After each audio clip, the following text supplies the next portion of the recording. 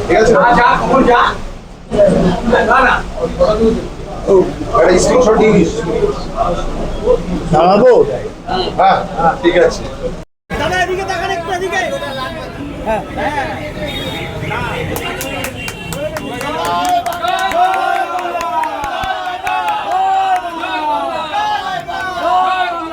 রদিন ঘোষ জিন্দাবাদ রদিন ঘোষ জিন্দাবাদ মমতা ব্যানার্জি জিন্দাবাদ অভিষেক ব্যানার্জি জিন্দাবাদ জয় বাংলা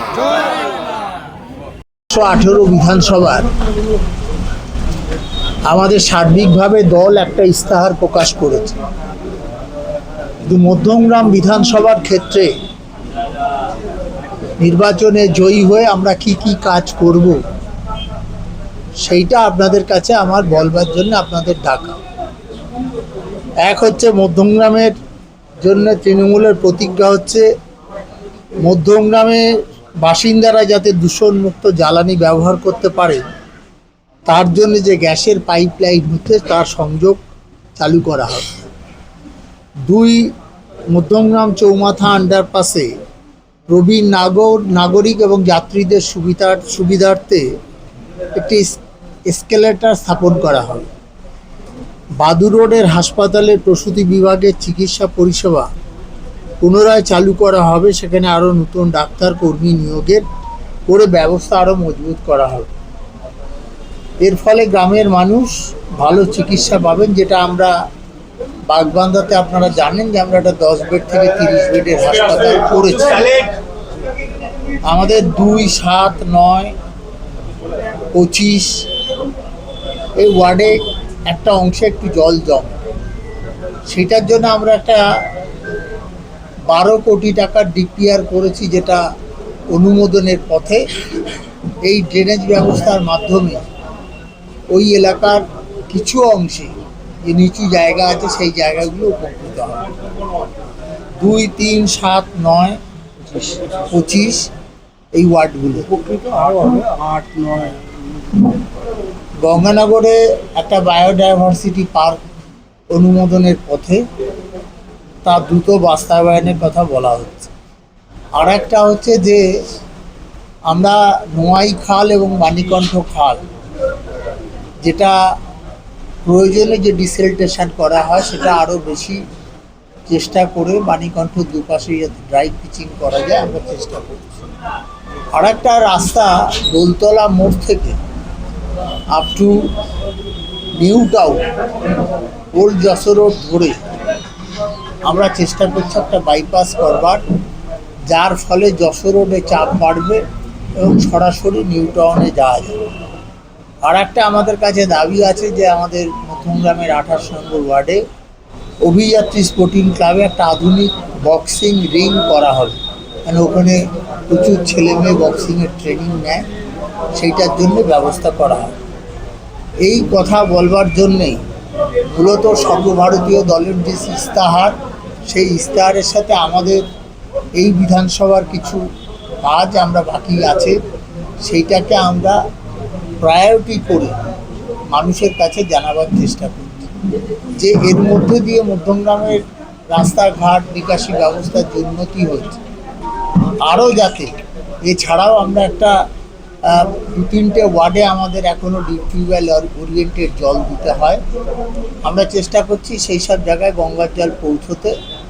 169 কোটি টাকার একটা ডিপিআর তৈরি হয়েছে, সেটাও কিন্তু ওইখানে এই আগামী বিধানসভায় নির্বাচনে জয়লাভের পরে রাজ্য সরকার প্রতিষ্ঠিত হওয়ার পরে আমরা কিন্তু এই উদ্যোগ আরও বেশি গ্রহণ করে এক্সপার্টাইট করবার চেষ্টা করি। এটার জন্যই মূলত আপনাদের কাছে 28 নম্বর ওয়ার্ডে একটা বক্সিং রিং চেয়েছিল ওখানকার মানুষ, সেইটা আমরা ভাবছি কীভাবে করা যায়।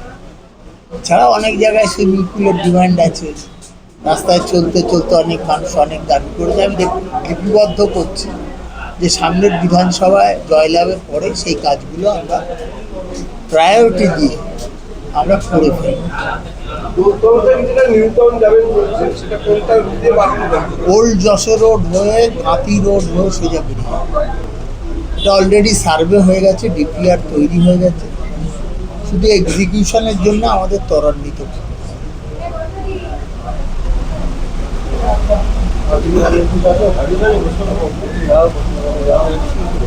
দেখলাম যে এসআইআরে বহু মানুষের নাম উঠে গেছে। তারা আমাদের কাছে আবেদন করছেন আমাদের নামগুলো কীভাবে বজায় থাকে। আমরা দল হিসেবে মধ্যম নামে আমরা সেই সমস্ত মানুষদের হিয়ারিংয়ের সময় ছিলাম, এই যে ট্রাইব্যুনালে যারা অ্যাপিল করেছেন তাদের জন্য আমরা পাশে থাকি। রাজনৈতিক দল তো এমনি প্রতিপক্ষ, তার পাশাপাশি এটা প্রতিপক্ষের মতো কাজ করছে।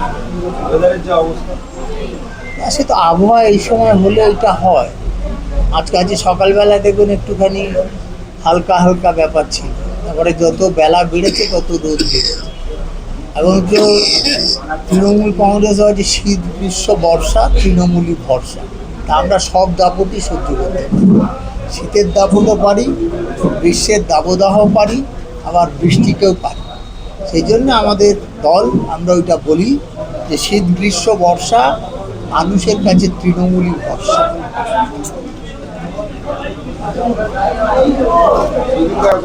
এটা তো আপনারা বুঝতেই পাচ্ছেন যে তৃণমূল কংগ্রেস, ভারতীয় জনতা পার্টি প্রথম দিন থেকে এসআইআর থেকে শুরু করে যত প্রশাসনিক রদবদল থেকে শুরু করে এখনো করে যাচ্ছে, অর্থাৎ যেন তেন প্রকারেণও বাংলাকে জয় করতে হবে, এটাই হচ্ছে উদ্দেশ্য।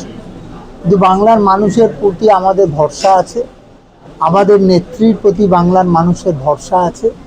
আমরা বিশ্বাস করি যে 2024-এর বিধানসভা, যে 26-এর বিধানসভা নির্বাচন, এই 26-এর বিধানসভায় তৃণমূল কংগ্রেস এককভাবে সংখ্যাগরিষ্ঠ হয়ে আবার রাজ্যে সরকার তৈরি করবে। যতই আসুক হামলা, আবার জিতবে বাংলা।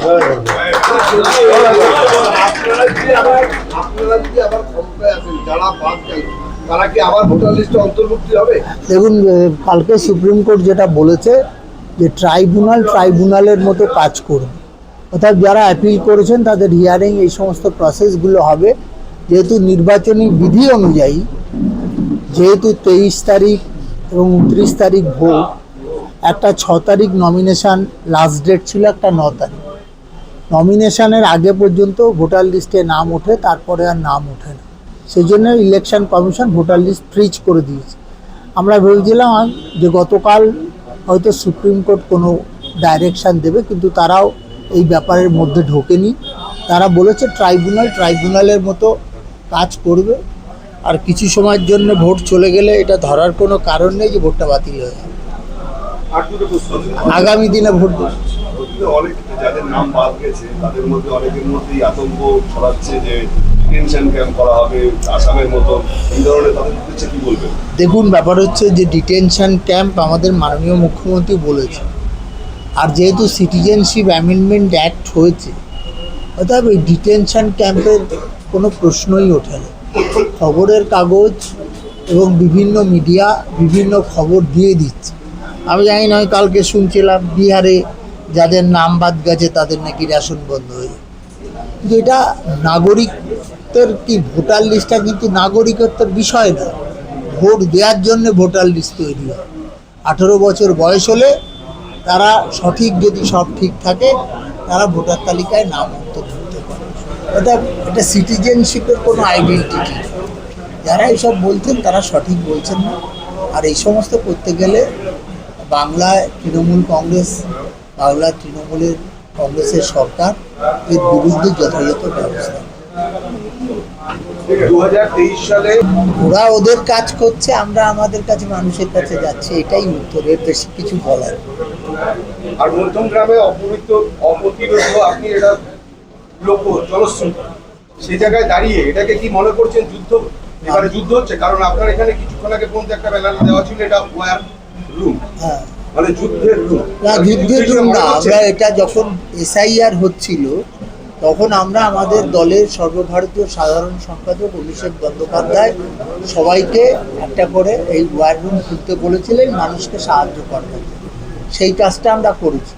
বর্তমানে আমাদের দলের অফিসটা নির্বাচনী কাজে ব্যবহার হচ্ছে। প্রতিপক্ষরা কোনো রকম ভাবে জায়গা করতে পারে। প্রতিপক্ষকে বুঝতে পারছি না। বামফ্রন্টের একটা ফরওয়ার্ড ব্লকের প্রার্থীও দেখছি, বামফ্রন্টের সমর্থনে একটা আইএসএফ প্রার্থীও দেখতে পাচ্ছি। তাহলে বামফ্রন্ট আইএসএফ এ জোট হয়, ওরা 29টা আসনের নির্বাচনে অংশগ্রহণ করে, তাই দিয়ে তো সরকার হবে না। কংগ্রেসও প্রতিদ্বন্দ্বিতা করছে, কিন্তু কংগ্রেসের যে সার্বিক অবস্থা সারা ভারতবর্ষে, কিছু জায়গায় হয়তো পিসমেল কিছু করতে পারে, কিন্তু বাকি সব জায়গায়। আর ভারতীয় জনতা পার্টি, আমি মধ্যমগ্রামের নাগরিকদের বিশ্বাস করি। আমি 2011-এ মধ্যমগ্রাম বিধানসভার আত্মপ্রকাশ ঘটেছিল, সেই দিন থেকে আমি তৃণমূলের প্রার্থী, আজ পর্যন্ত হারি। আমার বিশ্বাস এবারেও আমরা জয়লাভ করব এবং বেশি ব্যবধানে জয়লাভ। 2000